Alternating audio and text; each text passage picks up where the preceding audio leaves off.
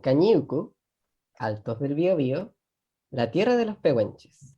La araña es un ser preciado, no provoca miedo y, por el contrario, se la estima como amiga de las mujeres. Las ancianas recuerdan una muchacha joven que fue raptada hace mucho tiempo atrás por un hombre mayor que la quería como esposa. El viejo la llevó a su casa, la encerró y se marchó a Argentina. Antes de partir, le ordenó que tuviera hilada para su regreso una habitación llena de lana. La joven, angustiada, ni siquiera sabía hilar. Lloró amargamente junto al fogón, desconsolada, implorando por ayuda. Entonces se le apareció Choñuihue Cusé, un espíritu que mora entre las llamas del fuego, mensajera de los sueños, que la ayudó llamando a la Lien Cusé, la araña vieja. Bajó la sabia araña desde el cielo y la consoló diciéndole que la imitara. Entonces la joven observó sus movimientos, cómo con sus patitas el insecto iba tejiendo con un fino hilo una red fuerte y poderosa. La niña aprendió mirando y junto a la Lencusé pudo hilar la lana que el viejo le había dejado. Dicen las mujeres mapuche que la araña no solo ayudó a esta joven, sino que fue ella quien trajo el conocimiento del color y el saber del hilado a sus antiguas antepasadas, con el que nació el arte de la textilería en su pueblo. La araña vieja, cuento tradicional del pueblo pehuenche. Dedicado a Valecita Flowers. Ah, qué bello. Qué hermoso. Exacto, exacto. Los pehuenches eran los del... Según yo recuerdo el mapa, los pehuenches eran los que estaban hacia la cordillera, ¿no? Exacto, la gente del Pehuen. Del El Pehuen. arbolito del Pehuen. Sí, Bonita sí. y dolorosa también historia. Porque aparece a la luz de un rapto, ¿no? Sí, de hecho, a mí me pasaron como dos cosas con ese cuento. Porque cuando uno lo lee, o sea, como a ojos de como contemporáneo, claro, pues aparece, te dice que es un viejo, el que la rapta, el que la deja encerrada y todo y se va. Y en la primera parte uno dice como, bueno, el desenlace tiene que ir por la liberación de la niña, acá hay un problema. Uno piensa que ese es el problema, pero el problema es que no sabía hilar. Entonces como que... Está pésimamente mal enfocada la problemática. Entonces el desenlace da por allá y entonces uno como que... Uno se queda pensando, pero bueno, es como el cuento mítico. Pero por otro lado, también uno debe considerar que en la tradición mapuche está el tema del rapto de la novia como ceremonia de matrimonio. Entonces, quizá yo dije, bueno, puede ser un rapto como el que conocemos hoy en día, o también puede ser como, es parte del rito. Entonces se relata como ese rapto que era como aceptado y de alguna forma había un consenso que sucedía así. Se puede ser interpretado de las dos formas. Sí, No sé. Europa, el nombre de Europa también nace a raíz de un rapto, el rapto de Europa, a manos de Zeus. Entonces, como una narrativa más o menos recurrente. O sea, mira, el origen, por ejemplo, mítico de cómo conforman la ciudad de Roma es el rapto de las Sabinas. Hay otro. Claro. La práctica de raptar mujeres en la colonia también era bastante común.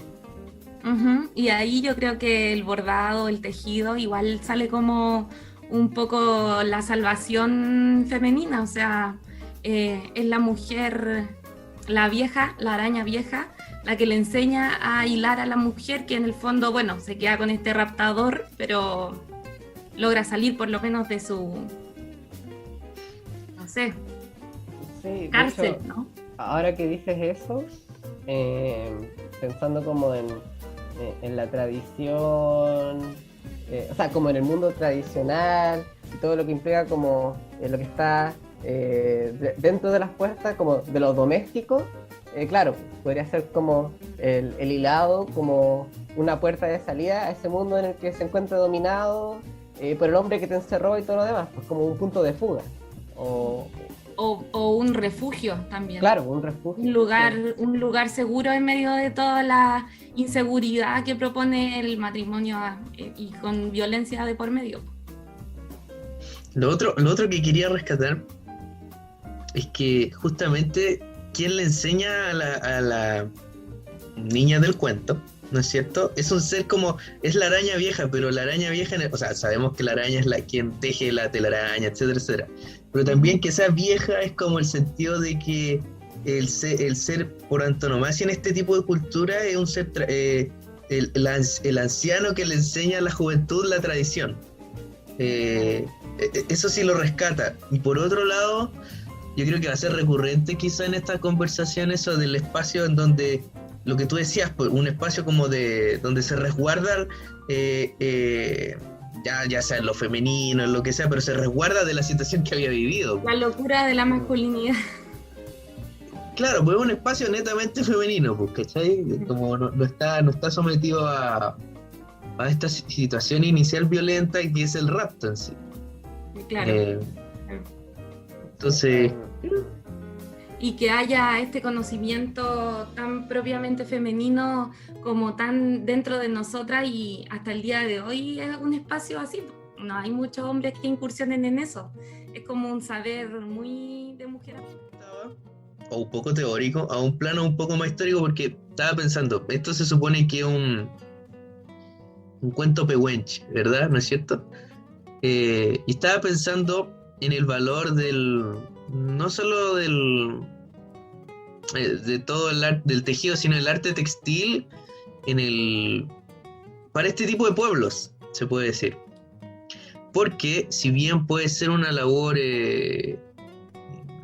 femenina en algún sentido, para este tipo de, por lo menos para donde yo sé, por lo menos en la época colonial, el sentido de hacer arte textil, cualquiera que fuera, ya fuera poncho, ya fuera ropa de vestir, etcétera, etcétera, tenía una horizontalidad respecto al valor político como al valor simbólico más o menos igual. Entonces, estoy pensando en lo vehiculante históricamente que fue hacer, que fuese, aunque fuese femenino, estamos pensándolo, estaba en un nivel simbólico altísimo. De hecho, la arte funeraria, por ejemplo, cuando moría cualquier personaje en el mundo, ahora voy a ir al mundo mapuche, en el mundo mapuche si moría una persona se le enterraba con sus animales y con sus ropajes, y existía un poncho ceremonial. Entonces, claro, pues después me imagino que en el periodo de la República, esta separación tan fuerte entre lo privado y lo público, ahí sí que como que le quita agenciación, como diríamos hoy en día, al rol estamos hablando del rol de la mujer que teje, o la mujer que hace arte textil, lo encierra en un mundo más íntimo, se puede decir. A diferencia de lo que pudo haber sido en el periodo anterior. Entonces, quiero pensar que es como un rol que ha ido cambiando. O sea, evidentemente la República patriarcaliza de una forma distinta, que es la colonia. Y sobre todo, pensemos que el mundo de los pueblos originarios tiende a ser absorbido por esta república. En la colonia, evidentemente, sí es absorbido, pero la idea es que había cierta autonomía o separación, por lo menos en los planos de las leyes, etcétera, etcétera. En la república no, se tiene que incluir a esta nueva nación, todo esto. Entonces ahí se nota la división público-privada. Sí. Yo creo... No, dale. No, y después obviamente yo creo que tiene como lo hablábamos en la reunión antes del podcast, tiene como una reaparición después, pues, en el siglo XX, como forma de agenciación de lo que podía estar, de lo que vivía el entorno femenino frente a las distintas formas de opresión, ya sea la opresión del patriarcado, ya sea la opresión de la violencia, ya sea lo que fue después la opresión de la dictadura. Entonces, ¿cómo reconstruyen o reinstalan un valor histórico, se puede decir, en torno a lo que es el arte textil, cualquiera sea? En este caso estábamos hablando del origen del hilado, puede ser. Claro. En la República, bueno, y más o menos desde el siglo XVIII en adelante, sobre todo en Inglaterra, el bordado que más toma relevancia, el bordado que adquiere más relevancia es el bordado de oro, el bordado metalizado. y principalmente se usaba para las mantas de la realeza en Inglaterra, y acá en América Latina para los trajes militares, ¿no es cierto? Y como que se institucionaliza el talento de las mujeres en función de enaltecer estas como grandes figuras oficialistas de la historia de los diferentes países. Me acordé de una anécdota muy chistosa. Estábamos con mi familia, estábamos en España, estábamos en el Palacio de la Casa a las lejanías de Madrid, no me acuerdo en este instante en qué localidad, mi memoria me falla, pero me acuerdo que entrando al palacio, uno entraba en los pasillos, estaba lleno de bordados, así como en las paredes, lleno, uno tras otro, y era como increíble porque eran los pasillos. Aquí hoy en día los pasillos, tú que pones fotos de la familia, así como no, y ellos tenían claro. el bordado, así como... El bordado. No, porque también es representación de que tú tienes el poder para, claro, para una sí, persona a tiempo completo, porque eso es dedicarse quizás la vida entera al mismo paño bordado. Entonces, eran unas cosas bordadas en oro y cuestiones así, yo no sé, sentía como... El único problema es que hacía mucho calor, entonces como que tenía ganas de... El bordado no ayudaba mucho, ¿cachai? Más calor todavía, pero y, uno con un bordado de Ripley ahí, con la chaqueta. Claro, justamente, sí, un bordado. No, sí, uno ahí fue muy plebeyo, pero sí. Queríamos decirle a nuestros radioescuchas que ustedes han podido escuchar hoy en día una voz femenina que ha aparecido en este programa, y es porque tenemos una voz femenina, sí, porque no han escuchado solo. Nosotros los teníamos aburridos seguramente ya a esta altura, pero tenemos hoy en día una gran invitada, Valentina Flores, ¿o no? Compañera de nosotros de la carrera de historia. Sí. Exactamente, hoy en día magisteranda, se puede decir, o como el ¿Candidata? A magíster por la Universidad Católica, y nosotros evidentemente la invitamos porque ella tiene un proyecto muy pero muy bonito que tiene justamente que ver con lo que hemos estado conversando hasta aquí, ¿o no, Turco? Así es. Además me gustaría presentar a Valecita como otra pionera en las incursiones de la vida adulta, hablándonos desde su departamento para ella sola. Ya. No, pero que esto lo voy a conectar con otro tema que quizás después podríamos profundizar, porque así como vimos en el cuento, esto surge en el encierro. Y el proyecto autodidacta de la Valecita comienza también en un encierro mundial que es la pandemia. Entonces, o al menos así se hace público. Eso sí. Sí, se hace público. Porque en los que fueron mis años de U, no te recuerdo ver como tejiendo o algo así. De hecho, me pasa que hagan los bordados, ahora que los veo como con toda la estética y todo eso, como que no me sorprende tanto. Pero lo que sí es la habilidad con el dibujo, que no te había visto tampoco en los cuadernos o todo eso. Una persona es un mundo, Turco. Sí. Es un mundo infinito. Sí, así que explorando en todas esas destrezas, historias generales y personales, vamos a introducirnos en este episodio. Claro. Muchas gracias por la presentación, me siento muy honrada por eso. Nosotros nos sentimos muy agradecidos por tenerte en este capítulo. Bueno, y como ya pudimos introducir, ¿no es cierto?, con un poquito se puede decir, esta primera parte de conversación, a partir de esta mito, tú dijiste mito, pehuenche, ¿no es cierto?, de la araña vieja. Lo invitamos a leerlo, por supuesto. Me imagino que está en internet a fácil encuentro, ¿no? ¿No es cierto? Sí, hay múltiples versiones. Ya, múltiples versiones.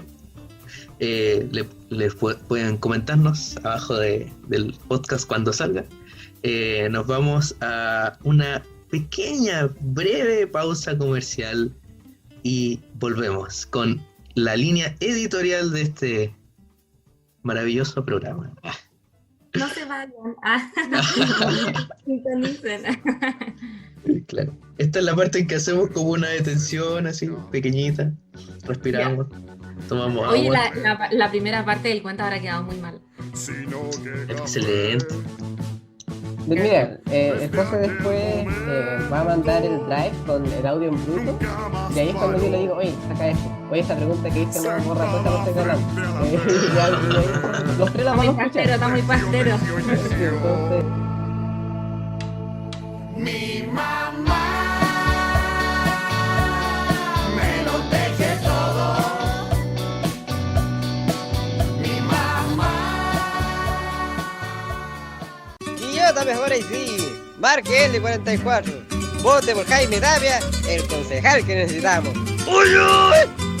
Vota bien, vota este domingo por Jaime Tapia. Vota L44.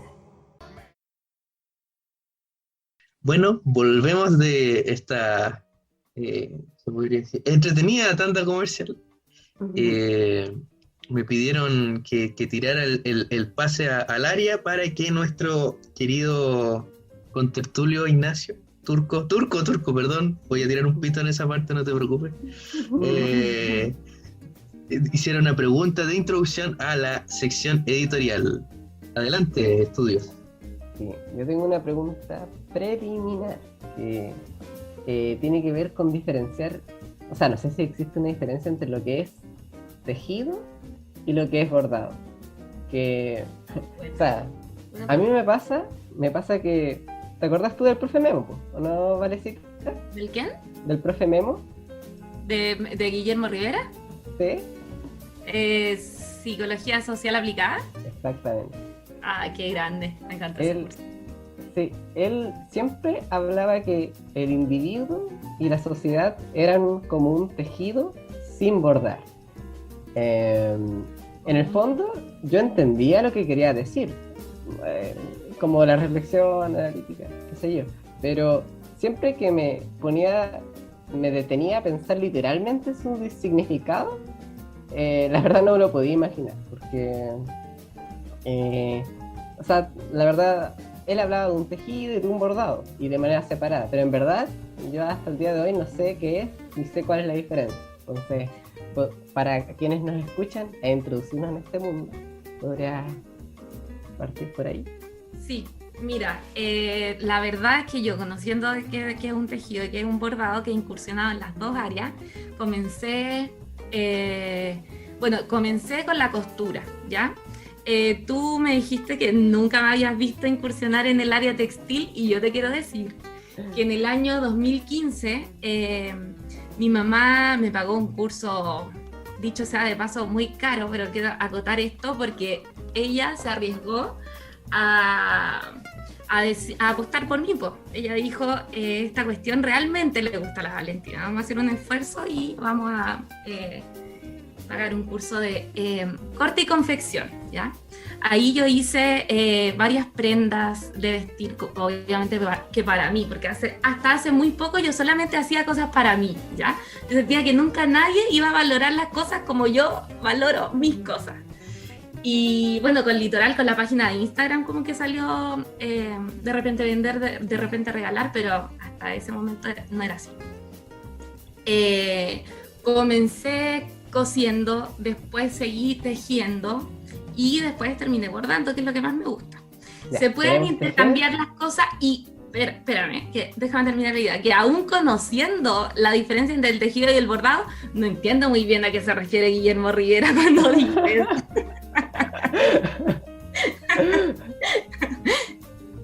O sea, es inimaginable. No, en realidad no puedo, pero mira, lo que te puedo decir es que las técnicas se pueden mezclar como sea, ¿ya?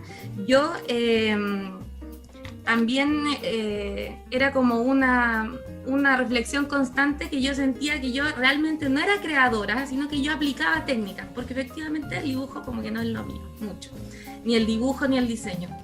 Y yo sentía que solo aplicaba una técnica que es la técnica del bordado. Ahora un poco más metiéndome y revisando más cosas, revisando más artistas, revisando un poquito más de literatura al respecto. Claro, aplicar una técnica siempre incluye una parte de creación, una parte de combinación de colores, de combinación de técnicas, y en un gran tejido puede haber un bordado, y en un bordado también puede haber un tejido, como también costura y diferentes técnicas, cosas. Entonces no es solamente aplicar. Sí. No es tan fácil la cosa. Sí, Se puede... hecho, es un arte.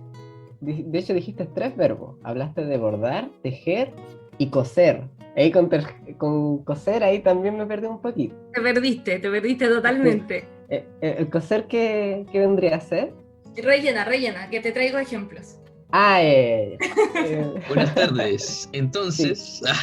No, pero... No, pero puedo explicar lo que dijo tu profesor Memo. Creo que haber entendido mientras... No, si se Valentina entiende lo que vuelve. dice, en términos figurativos. En términos literales es que la cuestión yo no...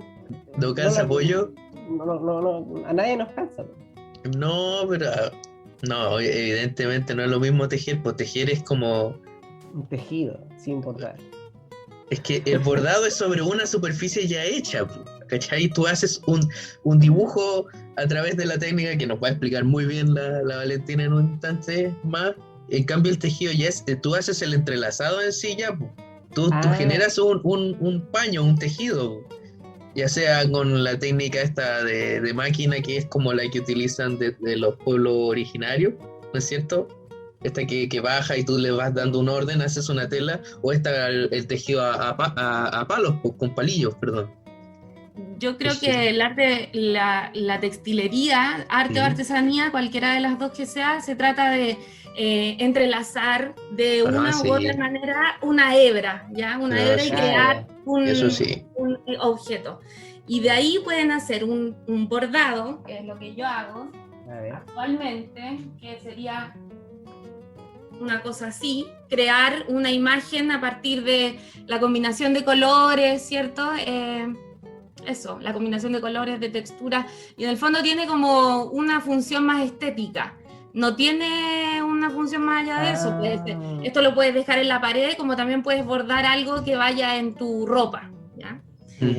Coser o la costura, o la costura y confección, que es como un poco de lo mismo, es por ejemplo crear una prenda, ¿ya? Esta prenda la creé yo.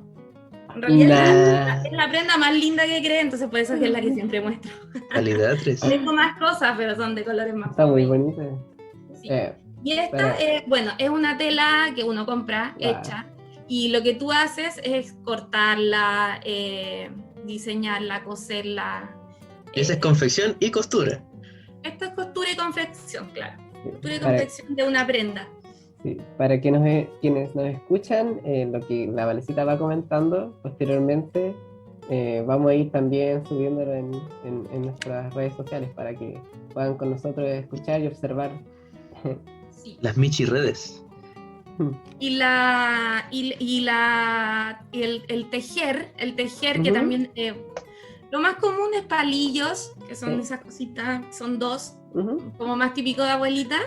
Que a mí me encanta. Fue la primera cosa que hice, fue con palillos en mi vida. Después viene el bordado, el tejer con crochet. La crochet es muy entretenido. Entrelaza, sí.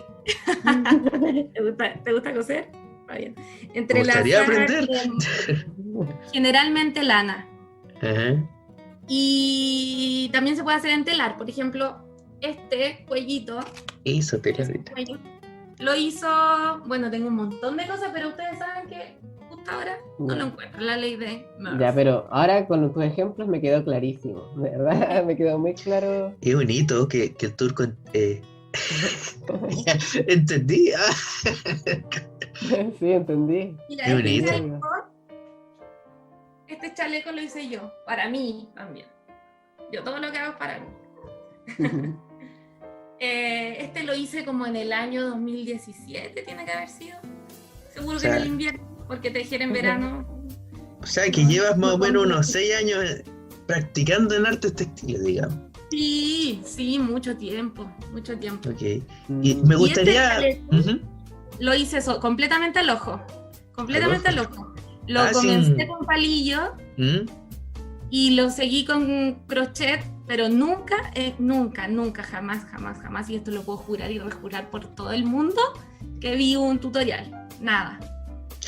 Me acuerdo que hablando de las mamás, la abuelita, compraban estas revistas Las Paulas antes, y venían los modelos con la cantidad de puntos, con los brazos, toda la cuestión, como incluso en tamaño real, así.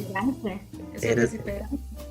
Sí, mi mamá tiene un montón de esas revistas guardadas, pues entonces cada cierto tiempo me dice, ya, te voy a hacer un chaleco, elige, y me entrega estas revistas de los años 80, los años 70, así. Igual es hermoso para mí verla así como por mi corazoncito de historiador, así como que, oh, así. José, ¿tú te acordás que yo en la U yo te veía y te decía, ese chaleco está hecho a mano? ¿Te acordás ahí? Ah, pero obvio, sí. Pues yo te sí, decía, sí. ese chaleco no lo compraste. No, Y me dice no, mi no. mamá, sí, pero Toda la línea de mis Ojo de chalecos de borradora. invierno son. Sí, obvio, se nota, pues distinto. Absolutamente distinto por la confección, los puntos, todo eso, sí, sí, sí. ¿Y esa ¿Viste, corbata Turco? tuya que es tejida, entonces... Es tejida, sí, a crochet. Pero esa... Qué linda corbata. ¿quién te la hicieron o...? Yo la pedí. Yo soy tan cara de palo que le digo, hazme tal cuestión en tal estilo, tal cuestión, y lo hace. Porque, Y la mamá chocha. obvio, está feliz que lo use, po. De hecho, me acuerdo que me la hizo por allá el 2015 y recién estaban apareciendo estas corbatas que, ¿te habéis fijado que son como de tela, así como... No son como las del colegio que son tejidas, sino que están apareciendo esas como de bordado en hilo, ¿cachai? Y yo le pedí, déjemela, así como... ¿Viste? Es que Como es muy... muy bonito. Sí, es muy bonito. Y quería preguntarte, ya que es un momento propicio, que nos hablases un poco más de lo que es Litoral para ti. Ay, Litoral. Litoral, yo le digo mi tienda, me gusta decirla así, no sé. Me gusta la palabra tienda, pero a veces no es tan tienda, porque la mayoría de las cosas las he hecho por mí, para mí, y sin pensar en el valor monetario que tienen. Hace muy poquito comencé como a intentar vender cosas, pero igual es un poco difícil porque incluye mucho tiempo, los materiales, o sea, lo que me pagan nunca es lo que vale el trabajo. Entonces es muy limitada la cantidad de veces que acepto un pedido. En realidad me gusta usar el Instagram de la tienda Litoral como una especie de vitrina para mostrar lo que hago, porque igual es bonito. Y cuando no tenía el Instagram ni nada de eso, guardaba mis fotos así como en la galería del teléfono y yo decía, no, es que esto es tan bonito que, bueno, tiene que ver la luz en algún momento de la vida. Y eso, yo creo que es como lo que me impulsa a seguir. Ahora es como una obsesión que tengo de acumular fotos en el Instagram. Que se ven tan bonitos todos los bordados juntos, no sé, es como mi chochera en el fondo. Como que disfruto mucho alimentando al Litoral. Me acuerdo, Turco, yo sé que te va a gustar esta analogía que voy a hacer, si me permite. ¿Se acuerdan de la explicación de una tienda euroasiática? La explicación. Sí, pues eso está en Medieval 1, cuando estábamos Sí. estudiando uno de los textos de Héctor Herrera. No, pero era De como hecho- para darle una vuelta más a lo que está diciendo Valentina, porque yo sé que tú estás tratando de decir que la tienda no es en el sentido comercial, ¿verdad? Pero yo me acuerdo... No se puede. No se puede, claramente. Pero me acuerdo de la definición de tienda euroasiática en el sentido de que era el único espacio en donde estas personas en sus largos tránsitos, viajes de la gran estepa, podían sentirse como en casa. Y ponían, inclusive la adornaban, no era una tienda así como hoy en día la comprendemos, sino una tienda, literalmente era como traer un pedazo de tu casa o de tu intimidad a ese espacio. Entonces me gusta verlo así. Claro, uno imprime en ella todo lo que uno es, como que yo siento que en Litoral como que igual se imprimen muchas de mis incluso comisiones o mi repertorio visual, mi repertorio cultural, de todo tipo. Igual es como, a veces me da un poco de pudor lo mismo, es como abrir una parte muy íntima de mí de mi casa, de mi persona, pero igual me motiva a hacerlo. Sí. ¿Ibas a decir algo, Turco? Sí, o sea, volviendo como al nombre del proyecto, siempre como presentarte como litoral, como el tema de la costa estuvo en tu mente, o sea, eso, fue como un problema darte un nombre, había como otro tema relacionado con la identidad, pudo haber sido más relacionado con, no sé, con Villagorí, los cerros, no sé de qué otras formas te pudiste haber presentado, siempre fue como el tema de la costa, el mar. Yo como que muy poco originalmente yo decía algo como con bordar, como que la bordadora o bordadoteca, puras cosas que ya estaban ocupadas, pues, y súper así, literalmente bordar, o derivado de eso. Y a mi mamá se le ocurrió un súper buen nombre, que era borde costero. Y yo dije, borde costero es como muy ad hoc. Y mi papá dijo que el nombre borde costero es que era como nombre de una tienda de la feria artesanal.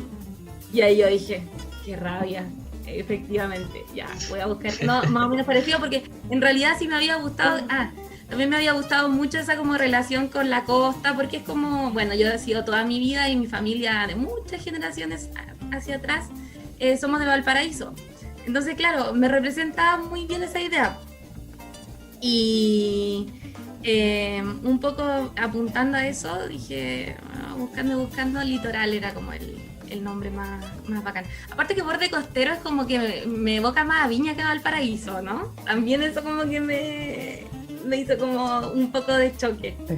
Puede ser porque a nosotros tenemos bastante impedido el borde costero, pues justamente. Exactamente. Entonces, siento que el litoral es un poco más o menos exclusivo de Viña. Claro, ¿viste? Ahí salimos los porteños turco-quillotanos. Hoy día que es un día negro para el Wander, bueno. Bueno, pero... Es un día luminoso para el litoral. Claro, justamente. Sí. Así nació el nombre, pues. Me gusta también como la sonoridad que tiene la palabra litoral. Me gusta. Sí. Todo gracias a mi madre. Tan creativa ella. A veces salen los grandes nombres así como ocurre para todas estas cosas. Un familiar dice algo que no se da cuenta que ese era. Sí. Yo quería ahora, en este instante, bajar como vayamos a discutir sobre esto. Peleemos, no, mentira. Peleemos. Peleemos brígido. No, pero... A ver, Valentina.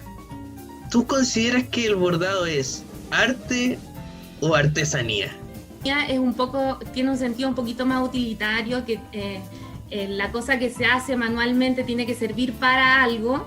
Mis bordados, quizás en algún bordado en dori que se quedan en bastidor, son solamente adornos, ¿me entiendes? No, realmente no sirven para nada, más que para embellecer. Entonces, en ese sentido sería arte, pero también para hacer arte tiene que... la categoría de arte tiene que estar reconocida por un círculo que rodea el mismo arte, no sé, pues, historiadores del arte, y lo cual tampoco es así, entonces no me puedo, siento que no es ni lo uno ni lo otro, sino todo lo contrario, parafraseando un súper querido profesor del instituto. A mí me gustaría complementar esta discusión rememorando unas cosas que el año pasado me tuve que vincular con INDAP, el Instituto Nacional de Desarrollo Agropecuario. Ellos se vinculan justamente con el mundo rural y los distintos tipos de actividades que hacen las personas, fomentándoles económicamente, con capacitaciones, etc.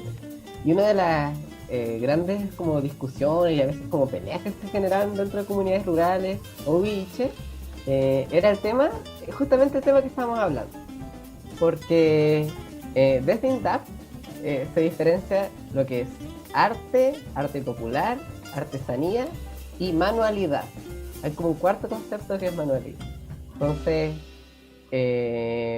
ellos decían como, bueno, el tema del arte, siempre uno lo asocia como el tema de las bellas artes, como que son un número limitado, que el que vemos en historia, y todo lo que está fuera de eso no es arte porque hay un criterio occidental que miren menos lo otro.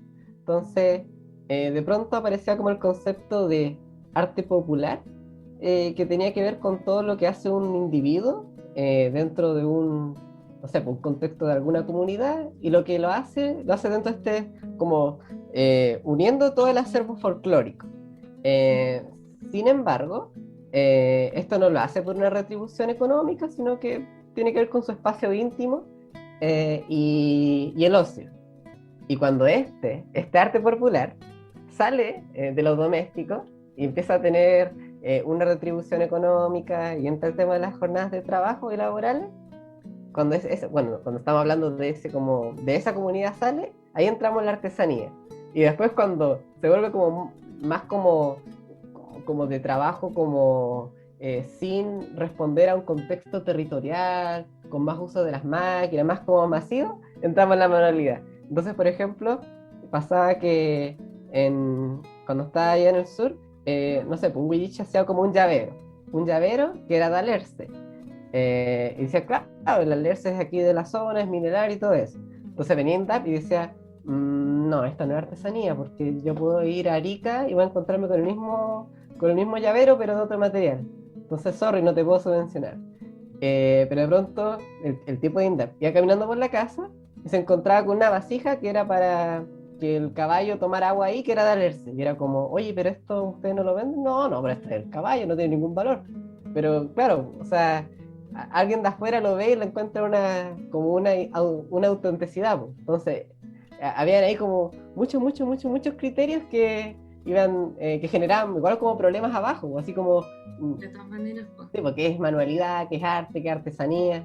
Yo estoy hablando de los criterios de INDAP nomás, pero, o sea, para ver cómo es que el tema da para... Da para mucho, qué difícil encasillarse en uno, porque, claro, los criterios son igual un poco volubles. Si te pones a pensar si es arte o es artesanía, en realidad ni siquiera son dos alternativas, son 4, 5, 6. Entonces es difícil. Yo quería empujar, porque yo tengo una postura más o menos definida. No tan definida, pero quiero empujarlo para un lado. Sí, ahí toca el litoral. No, pero quiero empujarlo para el lado del arte.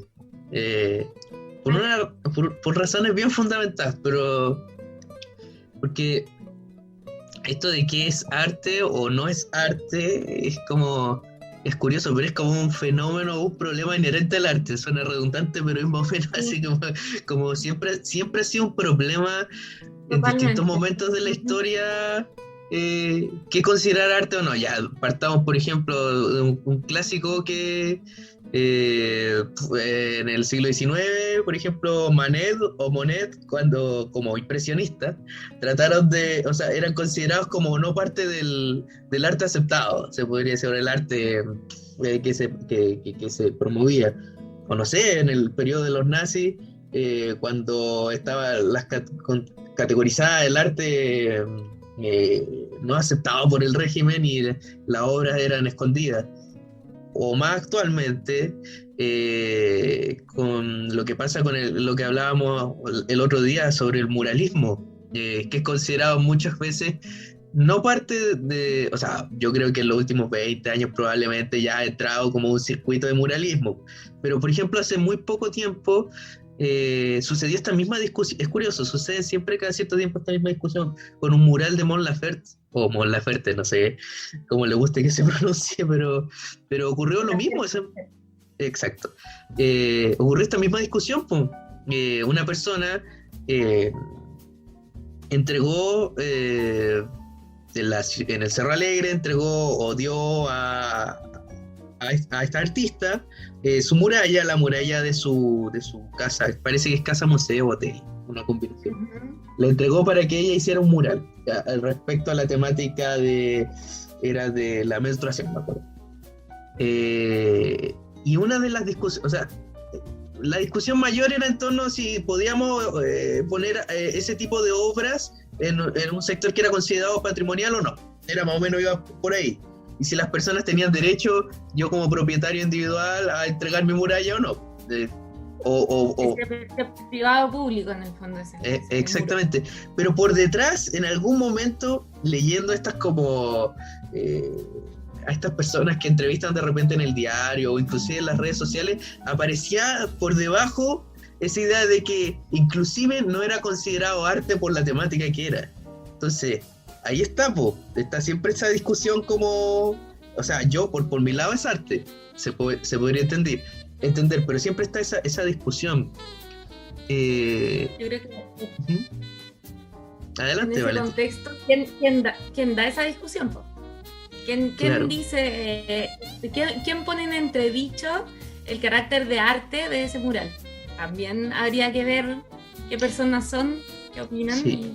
Contemporáneamente, por ejemplo, o sea, me imagino que en la antigüedad, por ejemplo, me acuerdo de un teórico que leíamos de origen, por aquí lo dije, de origen rumano, Moshe Barash.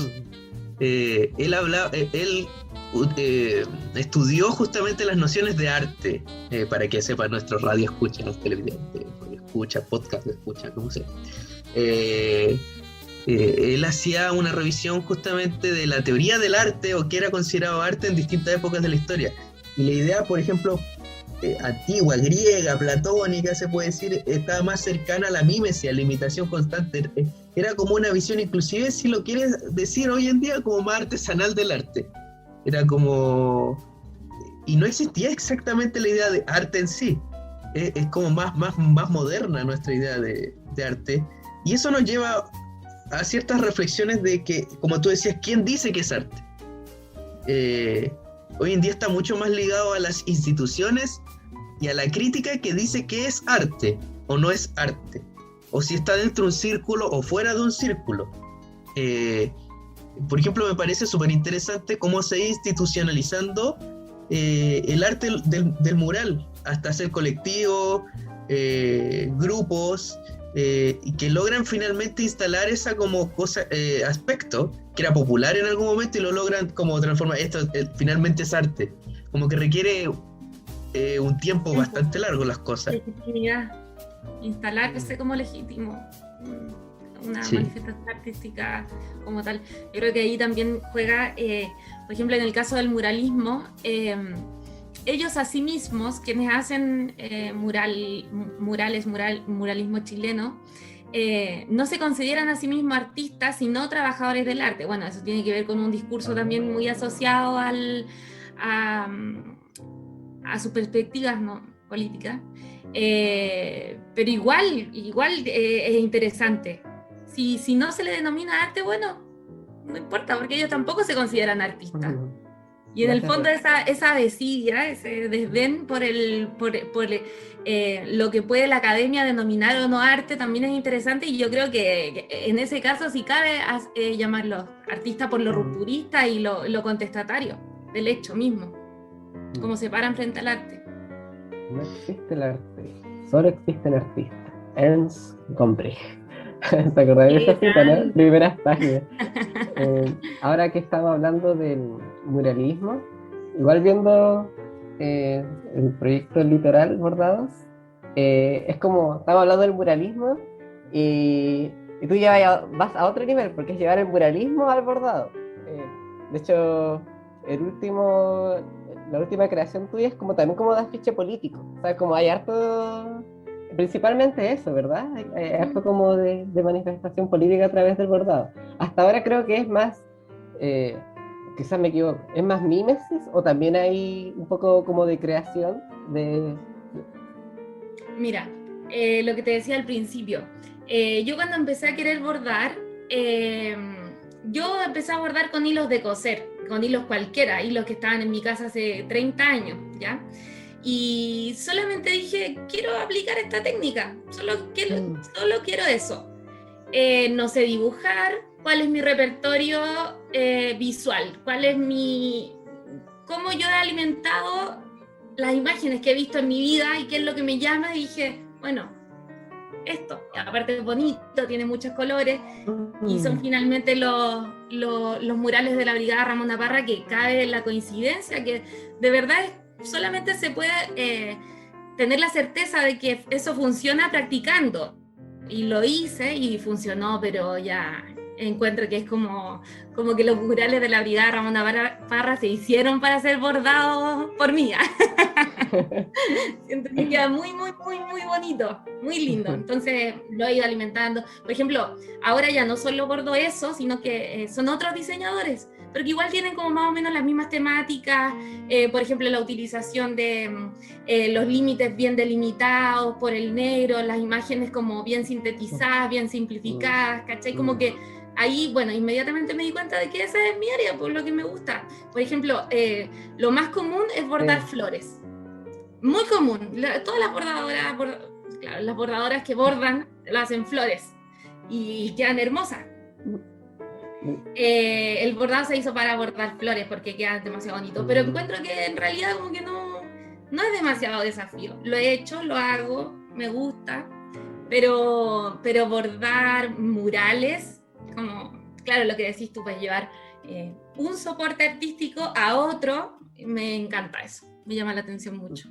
Qué divertido que me digas lo más común es el tema del bordado de flores, porque como yo igual soy muy externo a esto, o no me he fijado lo suficiente, cuando vi tu página no tenía otros referentes, así como, obviamente he visto bordado de flores y todo eso, pero no, era como la primera vez que me estaba fijando en detalle. Entonces como que de verdad me encantó. De hecho mis favoritos han sido como los bordados de la banda, así como que me impresionan lo realistas que son, así. Y luego empecé a ver que, claro, pues se empezaban a generar en las creaciones que tiene como esas discusiones que veíamos en historia. Por ejemplo, tienes algunos bordados como más folclóricos con el tema de la tirana, en donde no se superpone la línea al color, pues. Ahí es como puro color. Sí. Y luego cuando vemos lo de la Ramona Parra vemos líneas.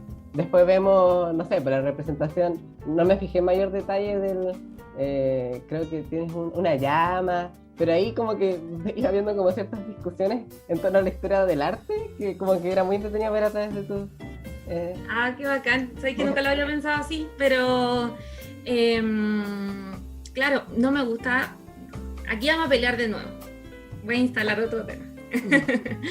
No me gusta tanto la palabra folclore, no, lo folclórico. Encuentro que es como, en algún momento igual la literatura la usa la palabra folclore, lo folclórico, pero encuentro que hoy por hoy esa palabra no representa tan bien a las manifestaciones culturales. Es como que lo siento como un poco más como la puesta en escena de cosas bonitas, ¿cachai? O cosas como bailes de colegio del 18 de septiembre, ¿cachai? En cambio, si yo quiero, por ejemplo, representar una máscara de diablada, como lo hice en el bordado, no sé si no es folclore, pero no me gustaría que fuera folclore, ¿cachai? Como yo lo hago igual con mucho respeto, intento rescatar lo más profundamente que puedo el espíritu de la esencia de lo que estoy representando, ¿cachai? Ya, sí entiendo. Tú dices como, por ejemplo, que el término folclore vendría siendo como una versión o un concepto un tanto pintoresco. Claro, es como eso. Es como pintoresco un poquitito, pero levemente, así. De verdad, cuando uno es difícil de percibir, pero se puede percibir un poquito peyorativo. Es como el acto del 18, así. Claro, sí. Es como la rama. Claro, porque sí. Cuando uno habla de folclore, claro, pues a todos nos viene una imagen mental inmediatamente. Pues, entonces, aquella, como tú dices, manifestación cultural pierde como potencia, porque la folclorizas, así como que empieza a encasillarse, por ejemplo, deja de ser, qué sé yo, una vestimenta y pasa a ser un disfraz, porque está folclorizado. Exacto. Ahí está, yo creo como que el paso. Es que, claro, es muy distinto. Me acuerdo que una vez que me creo tanto en realidad. Una vez preguntándole a una antropóloga que estaba presentando en en el simposio de África y Asia, el CEAFAS, le pregunté cómo es porque ella estaba presentando estos bailes afrodescendientes en el norte. Ella hizo una observación participante de bailes populares, se puede decir, de la población afrodescendiente en el norte de Chile, el norte grande de Chile. Yo le pregunto, ¿y cómo lo viven? Porque me interesaba ver la mirada antropológica, cómo se siente una persona respecto al resto de las personas una vez que está desarrollando el baile. Vestido como la usanza tradicional.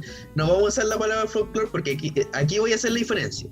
Entonces le pregunto eso y ella me dice, ellos, por ejemplo, cuando están bailando, si tú les preguntas justo después cómo se sintieron, ellos jamás se refieren al tiempo que vivieron en términos como occidentales de pasado, presente. Ellos están viviendo en ese instante con todas sus generaciones, me dijo.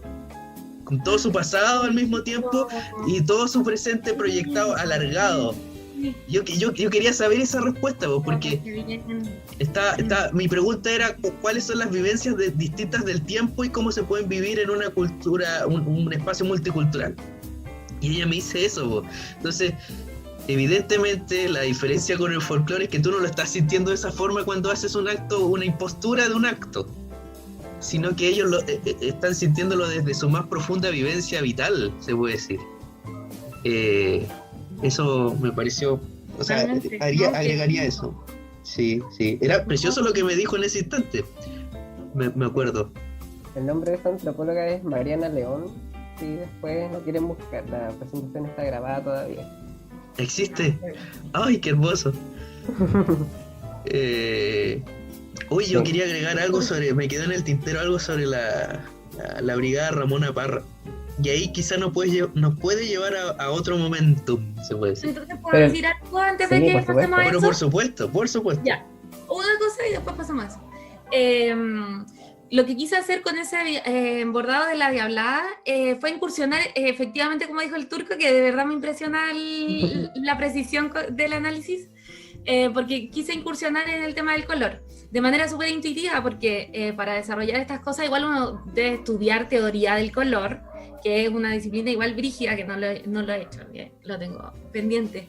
Pero también lo quise, como digo, incursionar intuitivamente a través de los colores que me transmite el norte de Chile, el altiplano, etc. ¿Me entiendes? Entonces también por eso pienso que no, y lo ligo con lo que dice el José, no es folclore, claramente no es la copia de un disfraz, de una máscara.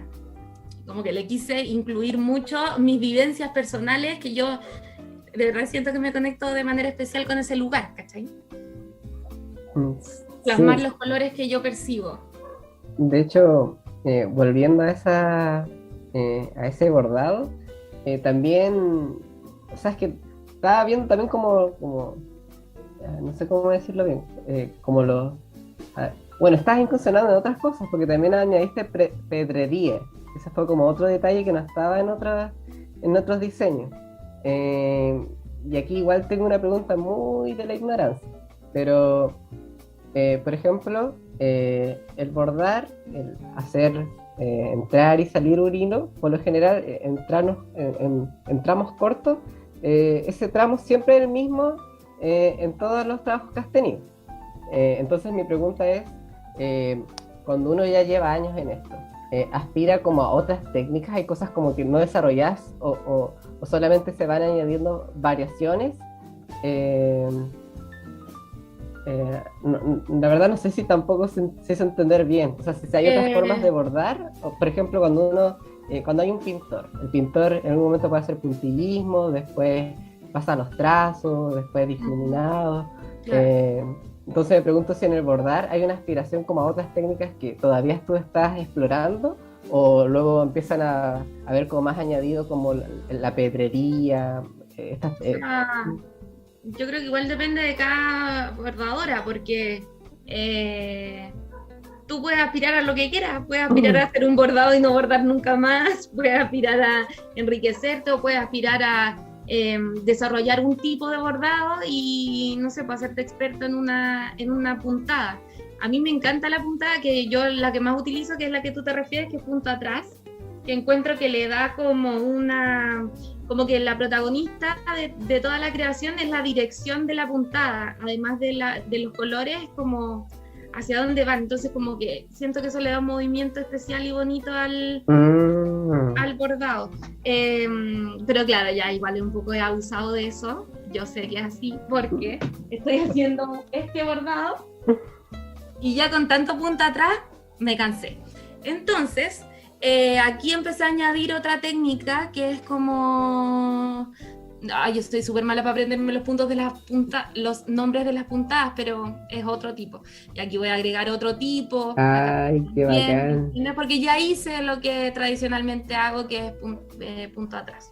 Entonces, ¿Sí? lo que estaba viendo es un coloreado, no... ¿Este? Sí, hay un coloreado que no es por tela. O sea, digo, ¿es pintura? ¿O qué es lo que... Esta parte sí, esa parte es pintura, porque es un cielo, entonces es una superficie muy grande como para hacerle relleno y hice un poquito de trampa, pero igual se ve bonito, pintura sí. con bordado. Sí. Y este, que es un nuevo bordado que estoy haciendo para la gente que está solamente escuchando y no está mirando, es un dios azteca, Quetzalcóatl. Es una imagen como bien común. Estaba estudiando estos temas para el colegio y dije, no, esto está demasiado bordable, esto es extremo, no puedo pasar por esto sin bordarlo. Y entonces llegué a la conclusión de que, bueno, las superficies tienen el tamaño perfecto como para, como dices tú, incursionar en otras puntadas. Y aquí quiero concentrar la mayor cantidad de ellas, aunque me gustan las de relleno. Pero bueno, si uno quiere surgir en la vida, perfeccionarse, Sí. Ahora, hay que intentar. Retomo con una cosa que había comentado en el inicio, porque que cuando alguien borda, bueno, y en muchos también otros trabajos de arte, artesanía, son varias técnicas en conjunto. Entonces, yo te mencionaba el tema del dibujar, y ahora me presentas también el pintar, que son habilidades distintas, porque alguien perfectamente las puede desarrollar como una cosa en sí misma, y eso lo presento como mi arte. Pero por ejemplo, yo que no sabía nada de esto, no sabía que debajo de ese bordado hay una pintura y hay un dibujo, pues uno se imagina inmediatamente haciendo... Claro, sí. Y eso me gusta harto de cuando lo vais presentando, como el proceso de producción de la obra. Sí, de la obra. Me da nervio tomarme de esos conceptos que uno siempre ha sentido tan lejanos. Me acordé, hablando de obra, me acordé, el Turco me tonteaba con eso en primero, en segundo, que yo le ponía mi obra a los trabajos, le ponía, como dice esta obra, y me tonteaba, me decía, ¿cómo se te ocurre decir que es tu obra y cuestiones así? Es su trabajo final de Chile 2. De Chile 2. Y en las conclusiones le puso la obra concluye. Y dije, mira, hay sinónimos. Trabajo, proyecto, en Chile 2. Investigación, escrito, por último tesis, pero obra, fue como... no le puedes poner... Era un trabajo precisamente de los ponchos, de los ponchos en el Chile colonial. En ese entonces, como decía Iglesias, cuando una persona estudia ingeniería, automáticamente se llama ingeniero, pero cuando una persona estudia filosofía, como que no se llama filósofo al tiro. No, cuesta mucho. Sí, de ahí en adelante empecé a dejar de poner mi obra y decía, este cochino trabajo, no sé. No. Claro, justamente, sí. Oye, se me ocurrió, voy a mencionar mejor después lo que tenía guardado en mi cabeza, porque puede servir para después, pero lo que dijo el Turco es como, queda justo para otra cosa. Su pregunta justamente respecto a las técnicas que puedes aplicar tú dentro del bordado, me recuerda mucho a lo que es como...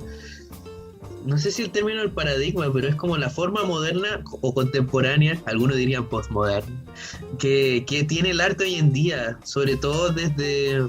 Yo me acuerdo de los rusos, que hacían verdaderas instalaciones artísticas. O sea, aquí no importa tanto el problema hoy en día de fijarse a un estilo, se puede decir, y sobre todo predominaba la pintura por sobre todas las otras artes, sino que hoy en día depende el significado artístico que quiera dar el autor. Entonces ahí tú puedes tomar la instalación, o sea, la técnica que tú quieras para poder hacer tu obra. Ahora sí utilizaremos el término obra artística. Creo que ya, y más encima, es súper abierto a qué quiero decir ahora, porque antes el público era el académico, se puede decir, o el del salón donde se presentaban. Hoy en día el público es súper amplio, entonces también tú te fijas a un público mucho más heterogéneo en gustos. Entonces las instalaciones como variadas también representan a esta diversidad del público que existe hoy en día. Sí, pero últimamente nomás yo creo que me he fijado más en el público que de mi obra. Antes, hasta, como digo, como he reiterado, hasta hace muy poco las cosas que yo hacía eran para mí. Entonces yo lo que sentía lo plasmaba y yo creo que igual se me hacía más fácil hacer un bordado. O sea, igual tú has ido tomando conciencia. Claro, ahora que se incorporó la variable otros, mirando,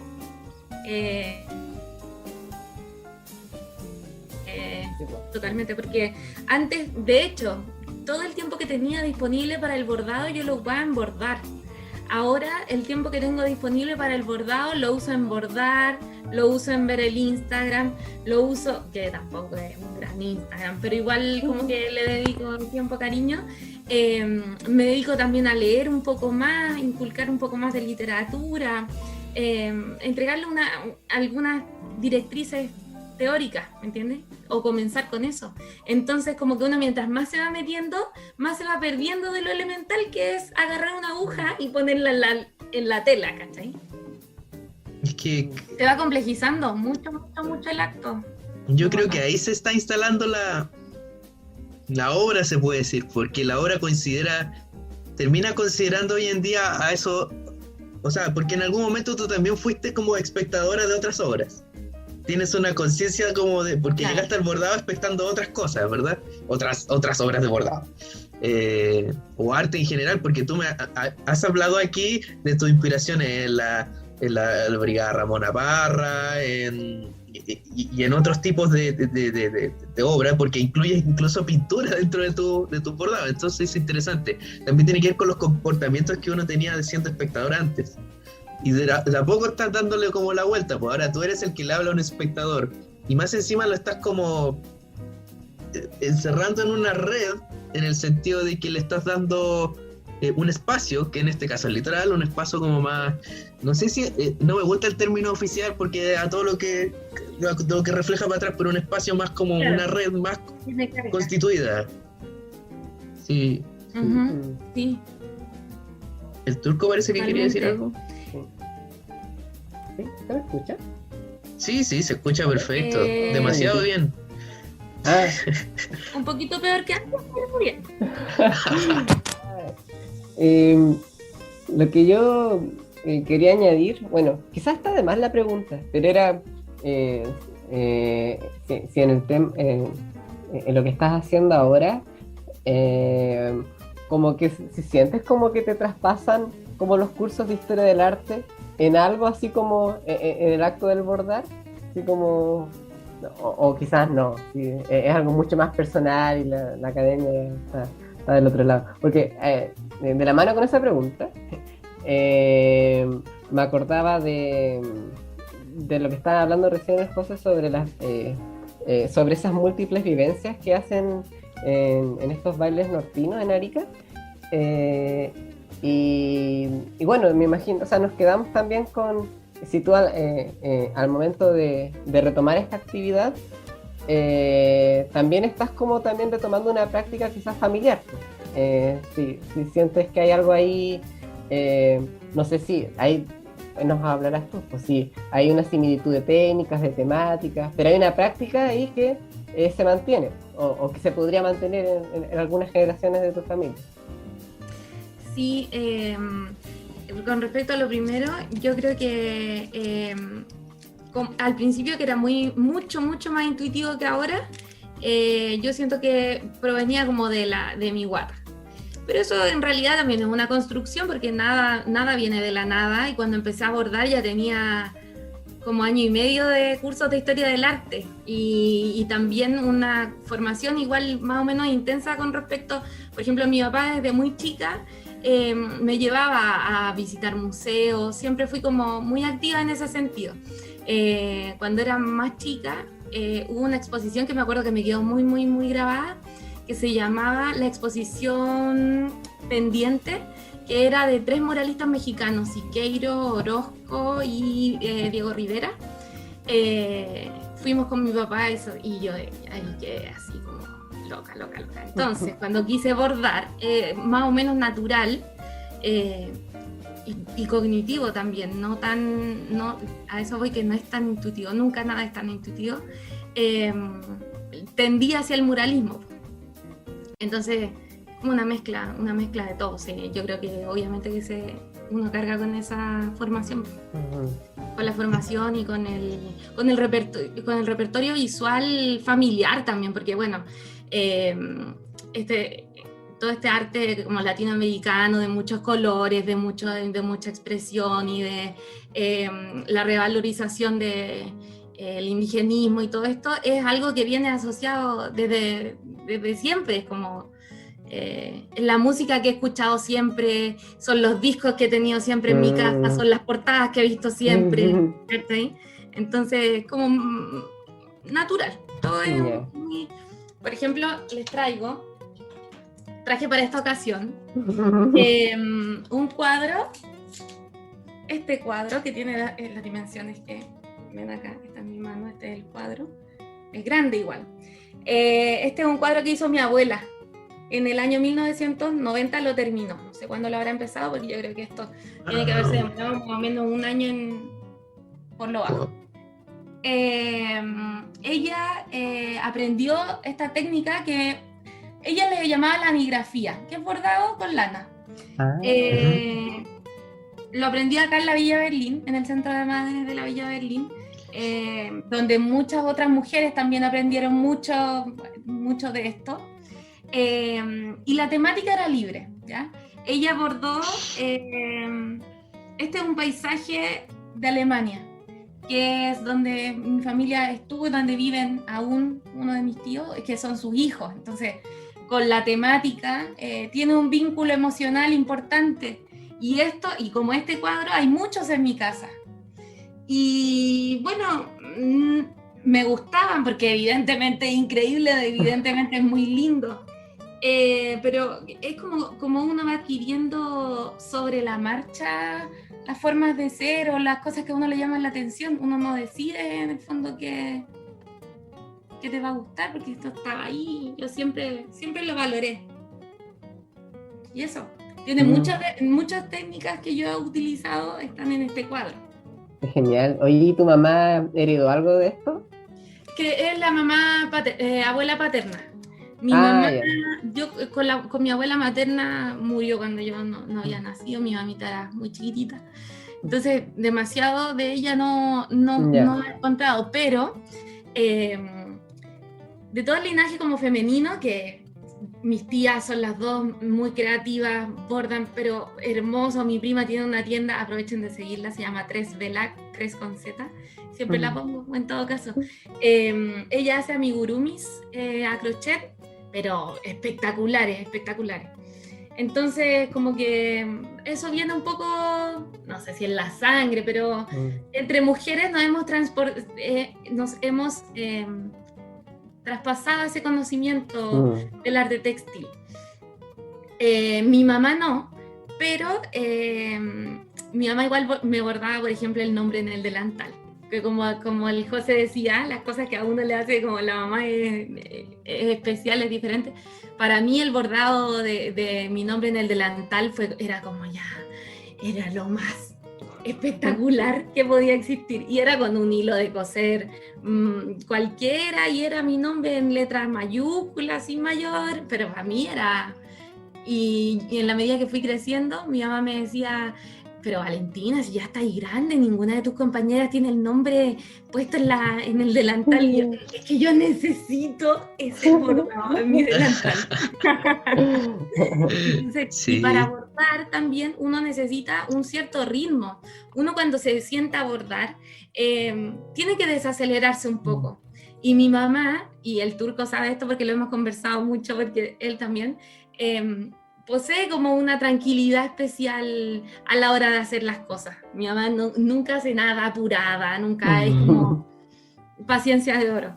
Entonces yo creo que eso igual, como esa meticulosidad en las cosas que hago, como el detallismo y todo eso, también proviene de mi mamá, si bien no es el bordado en concreto, es como algo más allá de eso, como lo que me permite a mí desarrollar la técnica. Que Sí. proviene de ella. Sí, estupendo, de verdad respondiste a mi pregunta así como mezclando todas las capas, como diría Espinosa, sociohistóricas, familiares, Sí, ese Espinosa del mal. inglés, todo, está todo mezclado ahí en el acto mismo de bordar. De verdad me quedo muy, Sí. Gato. muy impresionado. Oh, Mi yo... tía- Ujú. ¿Tu tía? Dale, dale. No, que mi tía hacía punto cruz muy, muy hermoso, y ella me enseñó muchas cosas, muchas. Es que justamente lo que tú estabas diciendo me trae a colación nombrar algunas cosas porque estaba leyendo para justamente esta conversación, a una historiadora del arte. La encontré así buscando en internet, dije, oh, quiero saber algo más sobre el bordado y cuestiones así, en mi gran e inmensa ignorancia que aparece abismal. pero encontré a una historiadora que se llama Karen Rosentreter Villarroel. El primer apellido muy, el segundo llama Extravagante. el primer, claro, Rosentreter o Rosenfrefer, no sé cómo se pronuncia. Pero ella trabaja, aquí está lo interesante, que ¿por qué lo recordé? Porque tú justamente mencionaste a tu abuela paterna, ¿no es cierto? Y mencionaste a familiares de Alemania, ¿verdad? Eso me quedó como guardadito. Y ella trabaja el trabajo, muy bien, excelente, de las arpilleras durante la dictadura. Wow, qué entrete. Y ella, o sea, uno de los problemas teóricos de considerar la arte, o como ella lo mencionaba, es que han vivido en realidad, no es como que fueran rápidamente incluidas como arte. A eso le pasó a Violeta Parra, por ejemplo. Pero, o sea, con su trayectoria personal, también le costó evidentemente hacer su exposición de arpilleras en el Louvre. Pero posteriormente ha sido todo un proceso de la arpillería como una artificación, así es el término que usa, como lo conceptualiza la palabra arte, y dice que es una artificación. Un proceso, porque justamente estas mujeres, muchos colectivos, y ahí entro como a lo que tú decías de que tu abuelita aprendió en el Centro de Madres de la Villa Berlín. Muchas mujeres aprendieron eso justamente en centros como la Vicaría de la Solidaridad, en juntas vecinales, para vivir, porque eran generalmente mujeres que tenían familiares, o sus hijos, o sus esposos, sus tíos, como detenidos desaparecidos. Y empiezan a hacer todo esto trabajos de arpillería. Digamos que arpillera es por el tipo de tela que se usa, ¿no? Yo tengo entendido que es porque la tela que va debajo, que se supone que es como más asequible, etcétera. Y lo quería combinar con lo que estábamos hablando, porque al inicio ellas lo utilizaban como una manera de, en primer lugar, como terapia grupal. Ahí está como la sensación de eso que tú decías, que te tranquiliza, que hay que tener una meticulosidad, etcétera, etcétera. Te saca del momento, de las presiones del presente, ¿o no? Entonces, no, totalmente. Eso es absolutamente así. Entonces ella como recogía eso, le servía también como un ejercicio de memoria, porque prontamente se dieron cuenta que a la Vicaría de la Solidaridad, por ejemplo, llegaban muchos curas o abogados internacionales y tenían cierto pase para entrar porque era la Iglesia Católica la que estaba en el alero de esto. Y lo curioso es que las llevaban a Europa y las vendían o las ponían en exposiciones de detenidos para mostrar el problema de los detenidos desaparecidos. Y prontamente tienen contenido político fuerte esta arpillera. Entonces, claro, fue un hecho terapéutico, fue un hecho un vehículo de la memoria, y también empieza a sufrir, aquí viene lo de la artificación, porque al ser expuestas y puestas como en un sentido simbólico, significativo a la vista de otros que la interpretaban, el público, sufren un proceso de artificación. Y más encima, a partir de los 90 se empieza a escribir biografía en torno a las arpilleras de Chile. Yo no sabía lo particulares que eran. Resulta que son un grupo referente en Latinoamérica. En cuanto a que eran como uno de los únicos grupos, las arpilleras de Chile, uno de los únicos grupos que trabajaban esa técnica en sentido político. Yo no lo sabía. Pero es súper interesante cómo se puede conectar un poquito la vivencia, independiente si haya sido de grupos de detenidos desaparecidos, exiliados, etcétera, de la dictadura hasta hoy en día. Pues. Lo pienso por el contenido político también de tus bordados. Es como recuperar también un poco ese sentido que se da en esa época. Sí, yo pienso que el bordado de todas maneras tiene ese componente de introspección, de encontrarte con tus más profundos deseos y también de plasmar tus anhelos. Por ejemplo, en el caso de mi abuela, su mayor dolor era tener a sus hijos lejos y también con motivos políticos, pero lo que ella destacaba de ese fenómeno personal era que era el despojo familiar, era el despojo de sus hijos, y bordaba paisajes de Alemania y hacía este tipo de cosas. Entonces, sobre todo cuando no podemos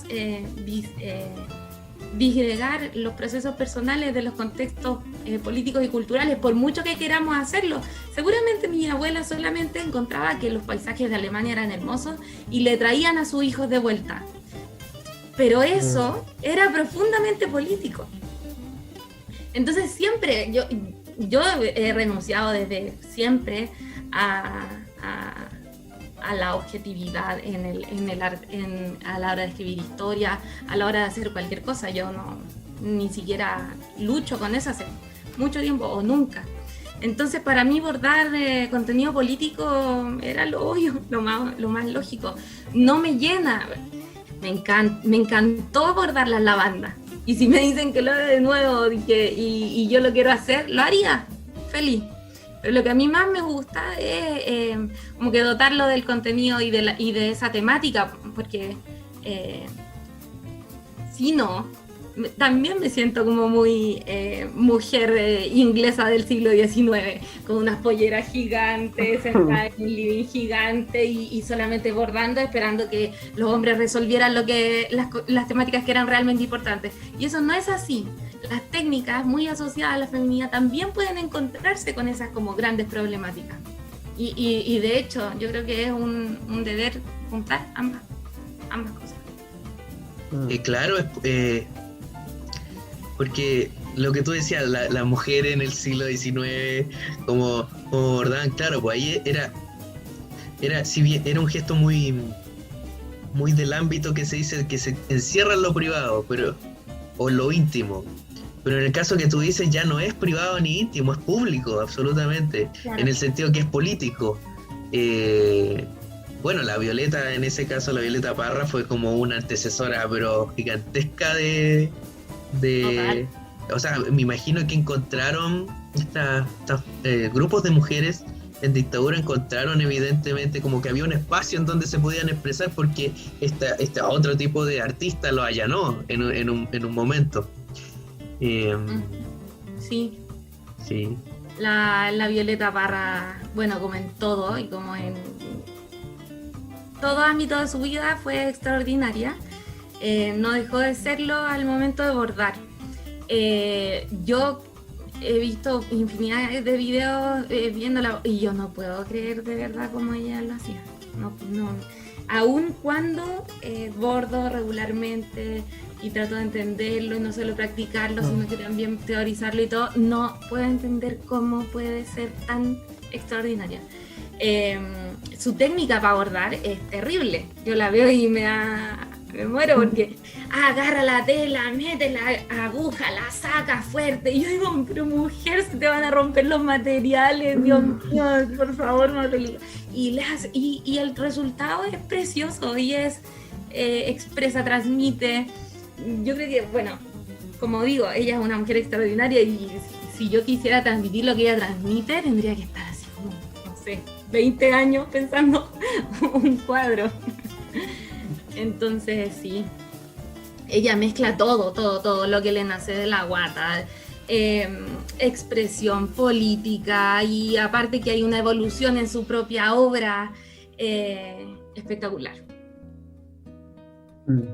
Totalmente. Así ¿Tú ibas a es. decir Y algo? gran referente, po. Sí, absolutamente. A mí me gustaría añadir algo, como 2 o 3 cosas. Que no se ha dicho, porque me refiero en la reunión de pauta, el José igual hizo un comentario así que era interesante en torno a cómo en el bordado, o sea, lo latinoamericano se mezcla como en técnicas e instrumentos como occidentales o europeos, pero con una temática muy local. Porque ahora que estabas haciendo esa caricatura de la mujer inglesa y todo eso, pues claro, ahí lo vemos con todas sus técnicas. Pero cuando vemos el contenido, ahí está como todo lo político, todo lo propio. Que es igual, para mí igual es importante siempre considerar que uno, somos mestizos, entonces no podemos como siempre casarnos con una sola parte o negar otra parte de nosotros mismos. Claro. Oh, sí. No, es que, claro, hay que asumir como ciertas culpas, pero nuestros antepasados los que... Eso. Claro. Y por otra parte, aunque también considero que eso era como, tengo una pregunta anotada, pero bueno, cuando hablamos de lo político, ya, esto es muy racional. Uno, por ejemplo, cuando ve tus trabajos, lo ve e inmediatamente lo asocia como en el contexto chileno a lo que expresan. O cuando ve, bueno, en el caso de La Tirana, también tiene que ver con vivencias tuyas. Pero uno también pues, ve la imagen y también puede asociarlo a algo como existente. Entonces, tenía una pregunta como relacionada como ¿qué espacio puede haber hacia como ya más hacia lo simbólico, que a veces es más geométrico o abstracto, en donde a veces tú plasmas emoción? Evidentemente en todas las demás están plasmadas las emociones, pero no sé si el juego con lo simbólico formaría parte también de tu proyecto o en tu caso siempre tiene que ver con imágenes más fáciles de asociar. La verdad es que sí, o sea, no lo he pensado porque no me llama demasiado, pero si en algún momento me llama la atención incursionar en eso, lo haría de todas maneras. Hay una artista de arte concreto que he estado estudiando harto por el tema de la tesis, que es Cornelia Vargas, y ella es artista concreta. Y claro, es un arte muy parecido al arte abstracto. De hecho, el concepto de concreto suena opuesto, pero no es opuesto, es ir más allá de la abstracción. Representa que el arte concreto es más real que la propia realidad. Y es solamente reducir la realidad a unos pocos colores, a unas pocas formas y dotar eso de una cierta geometricidad y matemática. Y lo encuentro increíblemente interesante. Sin embargo, yo creo que igual lo que hago, lo que he hecho, tiene una línea más o menos definida. Y me gusta esa línea, me acomoda. no es que no me guste el resto, que lo encuentre malo, que no, que por ningún motivo, no, es solamente algo que me nace. Y este proyecto es muy eso, es muy lo que me van haciendo, lo voy haciendo, y por lo mismo fue tan conflictivo cuando empecé a recibir pedidos, cuando me abrí a recibir pedidos y me pidieron muchas cosas. También me di cuenta de que ya estoy muy acostumbrada y es así como me gusta trabajar, con las cosas que me despiertan a mí las ganas de bordar. Entonces, como te digo, es para donde me ha llevado mi gusto. Claro. Me gustan también otras cosas, pero que el muralismo y todo esto, las imágenes que he decidido, por ejemplo, ahora estoy bordando un paisaje de Valparaíso, que es a pedido, pero me gusta también por la combinación de los colores y eso. Me llama la atención. Y aparte que litoral, pues. No puedo no bordar una aventura de Valparaíso. Muy bien. Creo que en lo que implica como en términos de entrevista, yo me siento ya muy satisfecho y contento con todas las preguntas como resueltas. No sé si en tu caso, José. Yo estoy muy feliz. Estoy en paz. ¿Y eso? Eso, chiquillos. ¿Pudiste conocer la casa que representaba tu abuela o no? No. ¿Conocer la casa? Hoy, quizás, o sea, me retrotrae abstractamente, pero exactamente esa, no sé. O sea, pero no sabes si estuviste ahí. No sé si estuve ahí, pero se parece a las casas alemanas como tradicionales, ¿o no? Encuentro yo que sí, como que me recuerda cuando andaba por allá paseando, dando la hora.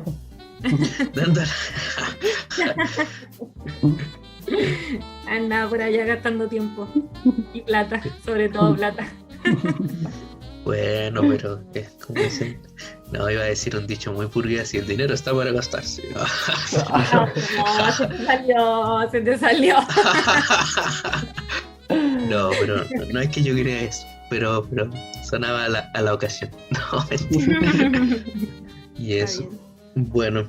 Y muchas gracias por las preguntas y el valor que le ponen a mi trabajo. Le pusimos, pero por supuesto lo merece, por supuesto. Lo acontece y lo merece.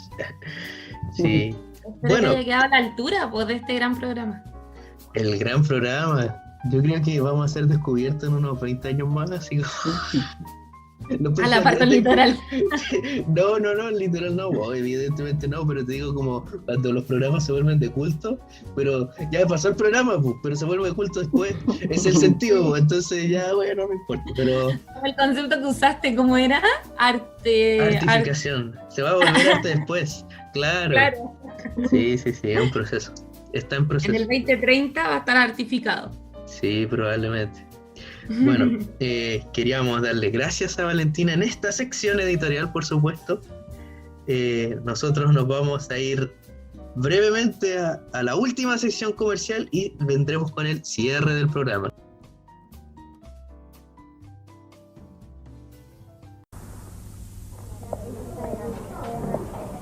¿Se le ofrece algo, señorita?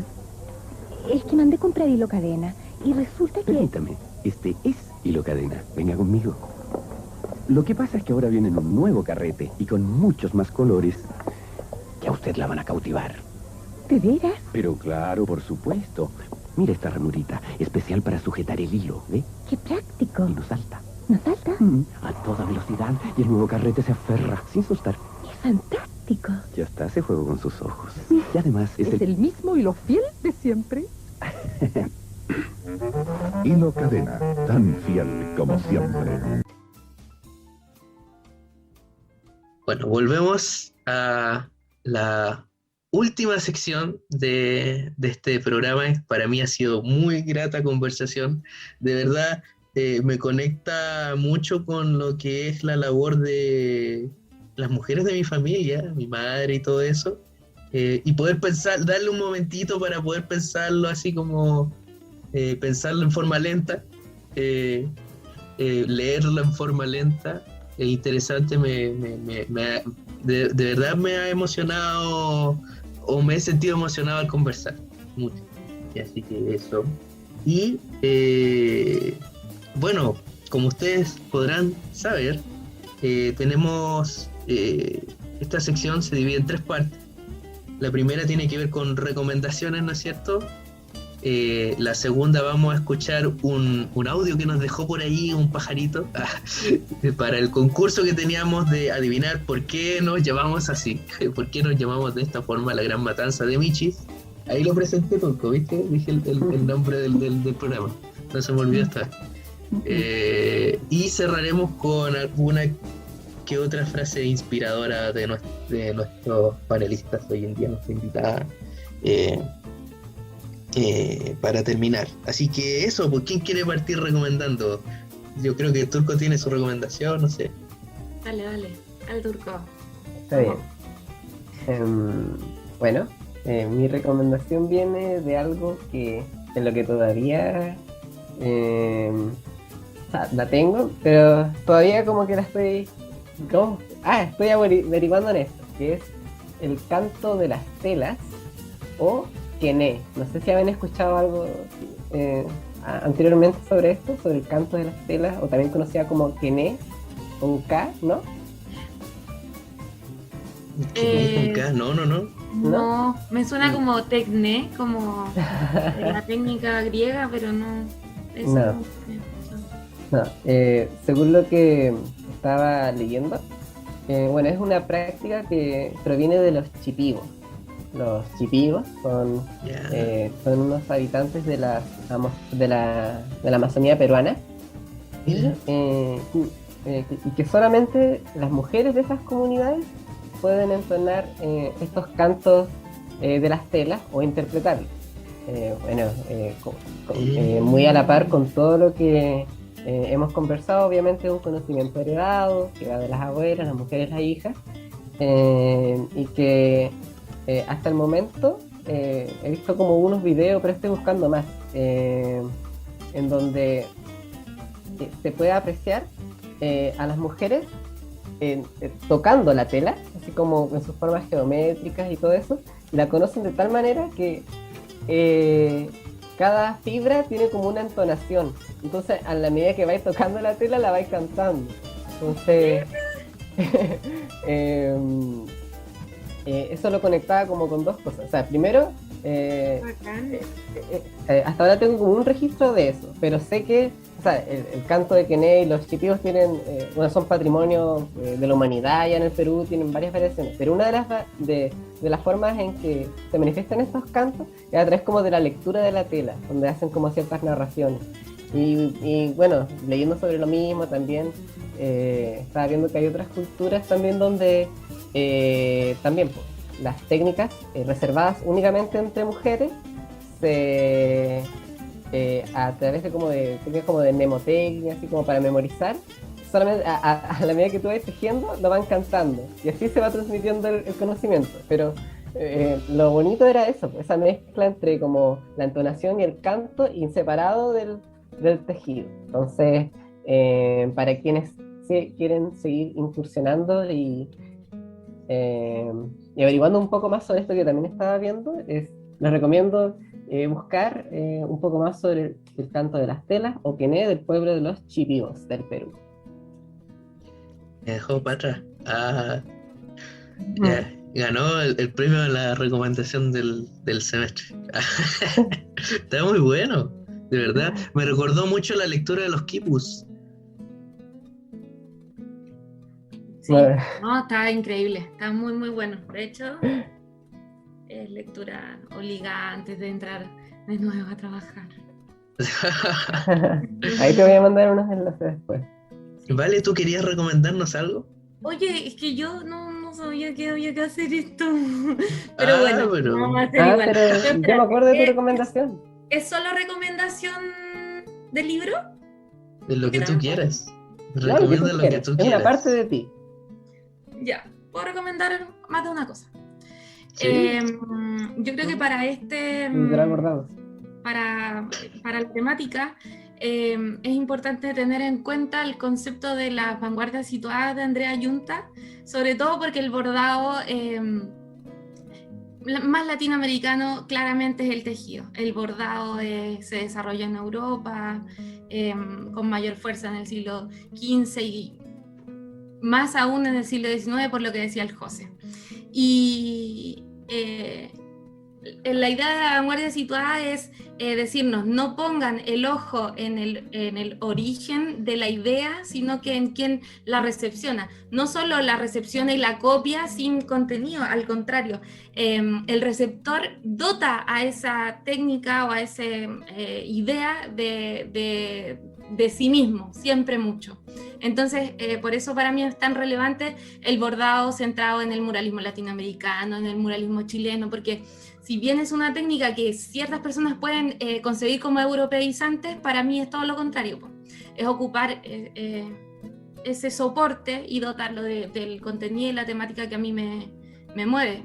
Como les decía, que a mí me nace tanto de la guata como también de mi cabeza y de todas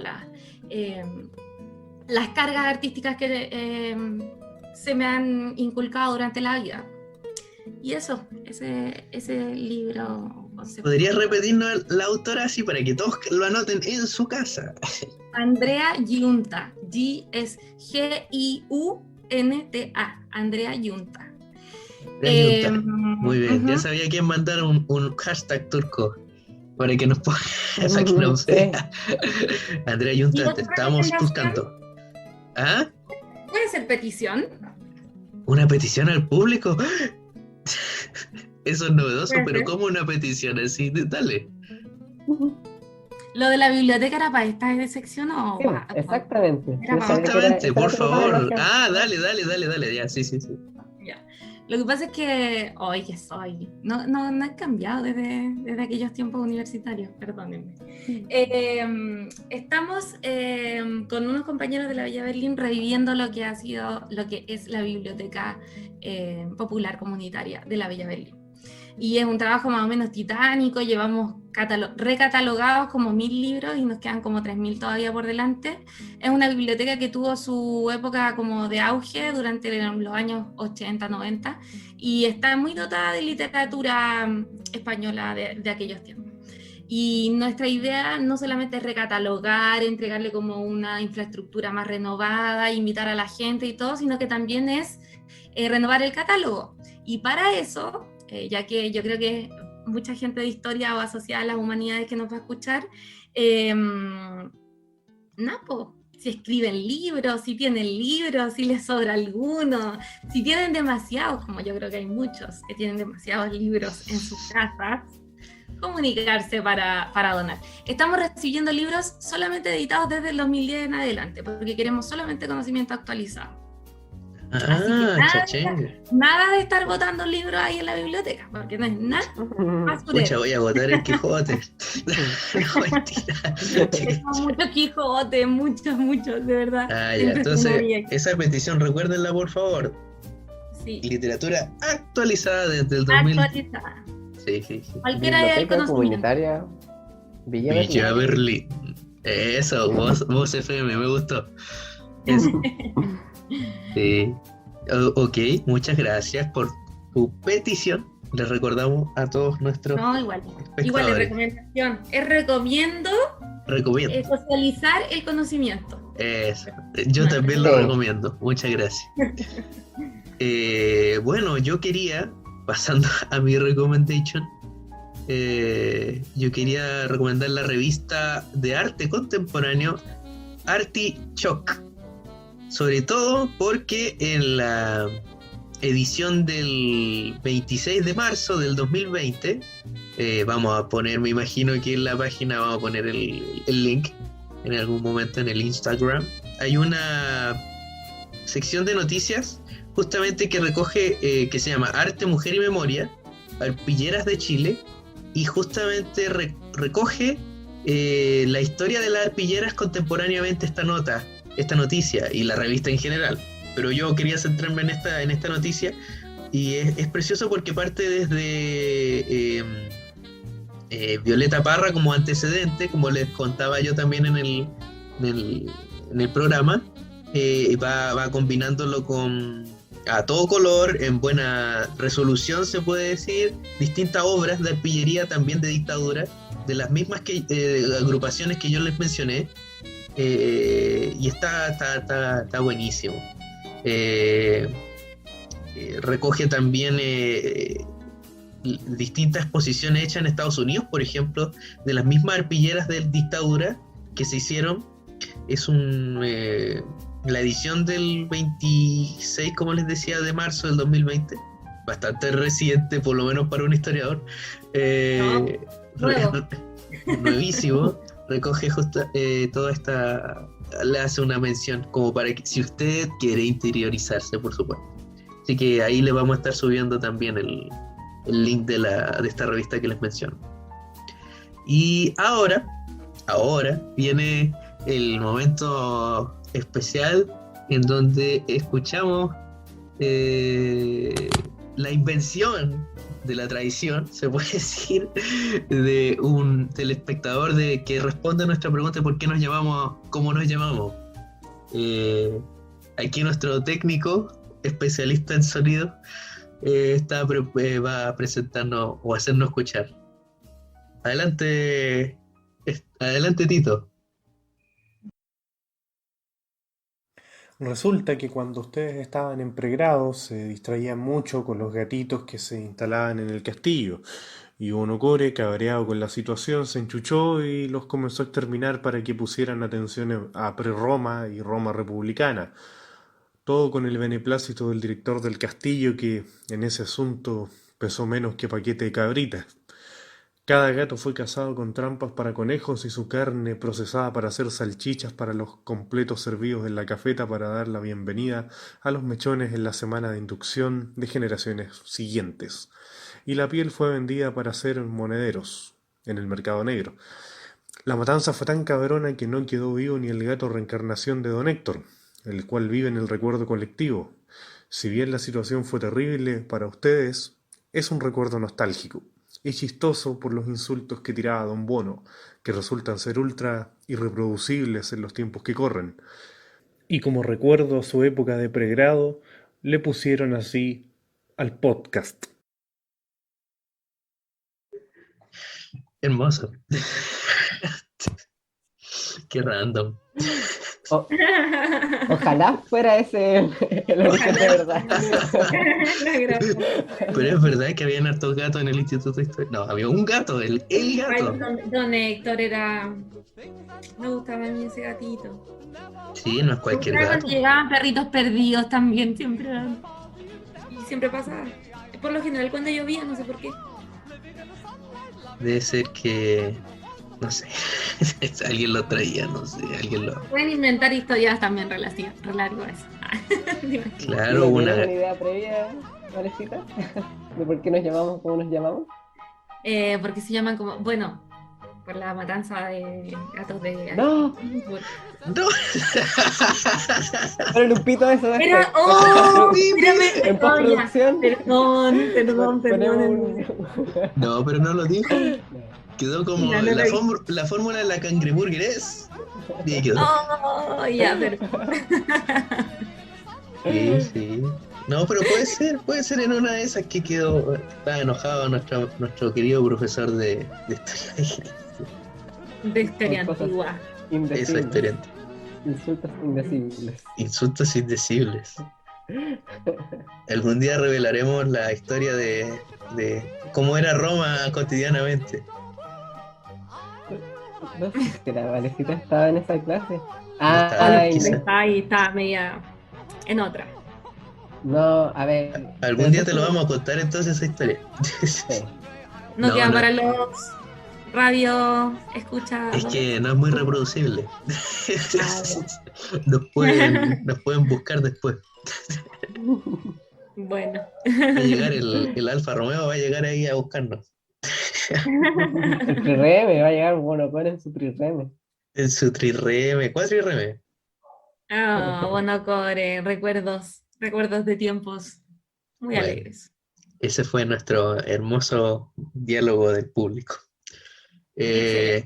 Y para cerrar, para finalizar, ahora sí, ya, finalizando, no sé si Turco, tú estás listo con tu lectura inspiradora. Sí, lo estoy. ¿Es necesario repetir como lo del concurso y que se va a regalar un libro, qué sé yo? Concursen, va a haber un libro de Robert Darton.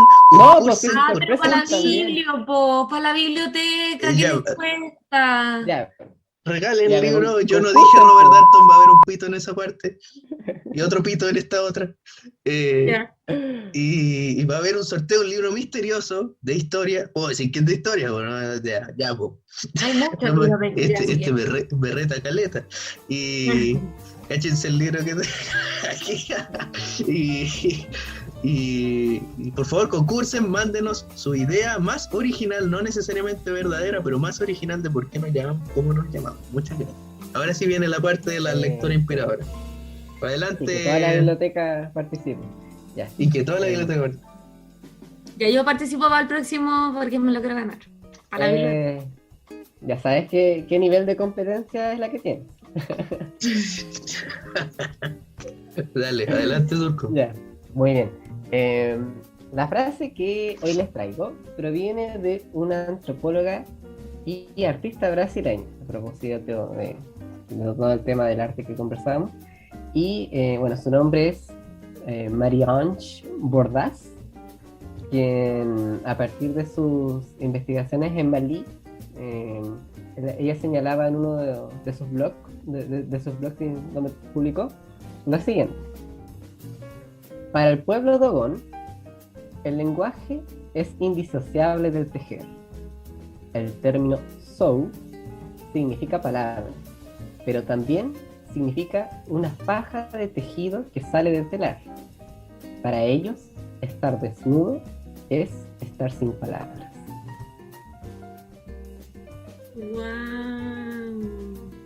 Wow.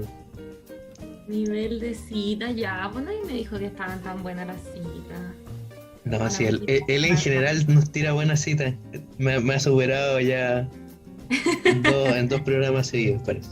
Oye, pero qué bonita referencia entre el bordado y el lenguaje y las palabras. Sí, Y el tejido, perdón. sí. Bueno, me le toca. Y ya que estoy a un nivel más abajo, me le toca. Ok. Yo quería volver a la tradición. Hablar. De hecho, creo que esta cita ya fue mencionada en este podcast por el mismo Turco. Pero me gusta, me parece como interesante como a nivel general. Dice, les va a gustar por si la deben reconocer. Es de el señor Ernst Gombrich. En la introducción, la voy a leer. En la introducción de la historia del arte. Se recita ya. Esa es recita. Qué malvado. Ya. No existe realmente el arte. Tan solo hay artistas. Estos eran, en otros tiempos, hombres que cogían tierra coloreada y dibujaban toscamente las formas de un bisonte sobre las paredes de una cueva. Hoy compran sus colores y trazan carteles para las estaciones del metro. Entre unos y otros han hecho muchas cosas los artistas. No hay ningún mal en llamar arte a todas estas actividades, mientras tengamos en cuenta que tal palabra puede significar muchas cosas distintas en épocas y lugares diversos, y mientras advirtamos que el arte, escrita la palabra con A mayúscula, no existe, pues el arte con A mayúscula tiene por esencia que ser un fantasma y un ídolo. Podéis abrumar a un artista diciéndole que lo que acaba de realizar acaso sea muy bueno a su manera, solo que no es arte. Y podéis llenar de confusión a alguien que atesore cuadros, asegurándole que lo que le gustó en ellos no fue precisamente arte, sino algo distinto. Wow. Sí, no, yo decía que esas citas uno las recita como los poemas. O sea, Que son me la esas supera de frases, memoria. Ya, ok. Sí. Sí. como por ejemplo, Grecia es una tierra árida e infértil. ¡Oh! ¿Me pueden decir quién No es? podí, no podí. Primera página. Oh. Leito Ángelo, lo heredé de él. Sí, a él le encanta memorizar ese tipo. Le encanta memorizar los inicios de las obras, porque le gusta hacer tanto eso. Por eso esa primera página de Gombrich también, esa se recita ya, así como... Se recita. Tratamos de recitarla para ustedes. Eso. Excelente. Valentina, ¿tú nos vas a enviar Yo tengo- o ya la tienes? No, pero es que yo pensaba que era algo más corto, po. Claro, ustedes están muy brígidas. Bueno, Pero tú puedes mandarla después y la ponemos, no se preocupe. no, yo perro con lo que tengo nomás. Con lo que, Bueno. Esto es lo que soy. Esto es Dale. lo que soy. Me sonó como a los Rubén, así. Así soy yo, ya. Bueno, esta frase no la tomé para ahora, sino que la tomé un poco para el colegio, porque estábamos hablando de la importancia de las fechas, de que no es importante memorizar las fechas, sino los procesos, pero que las fechas nos ayudan para orientarnos, ya a contextualizar y poner la historia como en un plano cartesiano de la vida, ¿ya? Y entonces encontré esta cita muy interesante que justo se relaciona con esto. Dice: las fechas son clavos indispensables para colgar el tapiz de la historia. A todo resumido. La vida se resume en esa frase. Esa es la historia, Las punto. fechas son los clavos indispensables para colgar litorales bordados. Ahí la cambió muy bien, excelente. Un gesto. Eso fue un gesto artístico, me gustó. Sí, uno ya se la cree ya. ¿Viste? Obvio, hay que creérselo. Bueno, y después de estas frases que ayudan al acervo cultural de la nación, no, que nos ha gustado muchísimo, por supuesto, todas estas grandes o lindas, hermosas y fecundas frases. Creo que podemos dar por finalizado el capítulo de hoy. Les agradecemos mucho, le agradecemos mucho a Valentina. Muchas gracias por ser nuestra primera invitada. Sí, fue una muy grata conversación y los esperamos para un siguiente capítulo, por supuesto, en su programa atemporal, por supuesto, anacrónico, La Gran Matanza de Michis. Muchas gracias. Sin tu amor, el gato que está en nuestro cielo no va a volver a casa si no estás. No sabes, mi amor, qué noche bella